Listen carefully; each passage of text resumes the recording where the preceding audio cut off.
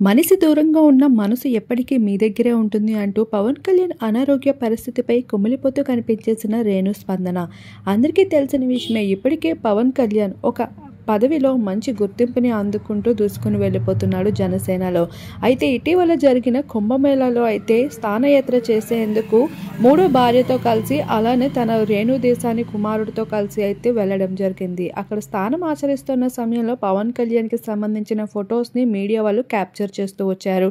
అక్కడ తన బాడీని చూసి చాలామంది నెటిజన్స్ అయితే ట్రోల్ చేయడం మొదలుపెట్టారు. ఒకప్పుడు హీరో అయ్యుండి ఇప్పుడు అడ్డదిడ్డంగా పెరిగిపోయారు, మీ పైన శ్రద్ధ లేని మీకు ప్రజలపైన శ్రద్ధేం చూపిస్తారు అంటూ విపరీతమైన ట్రోలింగ్స్తో అయితే పవన్ కళ్యాణ్ పైన విరుచుకుపడుతూ వచ్చారు. వీటన్నిటిపైన పవన్ కళ్యాణ్కి సంబంధించిన అసిస్టెంట్స్ అయితే స్పందిస్తూ తన ఆరోగ్యం ఏమీ బాలేదంటూ చెప్పుకుంటూ వచ్చారు. వాటన్నిటిని కూడా ప్రజలు కొట్టిపాడేస్తూ రావడంతో ఇక కుంభమేళ యాత్రని కంప్లీట్ చేసుకొని తిరిగి వచ్చిన సమయంలో అపోలో హాస్పిటల్లో అయితే అడ్మిట్ అవుతూ కనిపించారు పవన్. ఇప్పటికే అనారోగ్య పరిస్థితికి గురవుతూ లేవలేని స్థితిలో ఉండడం జరిగింది పవన్ కళ్యాణ్.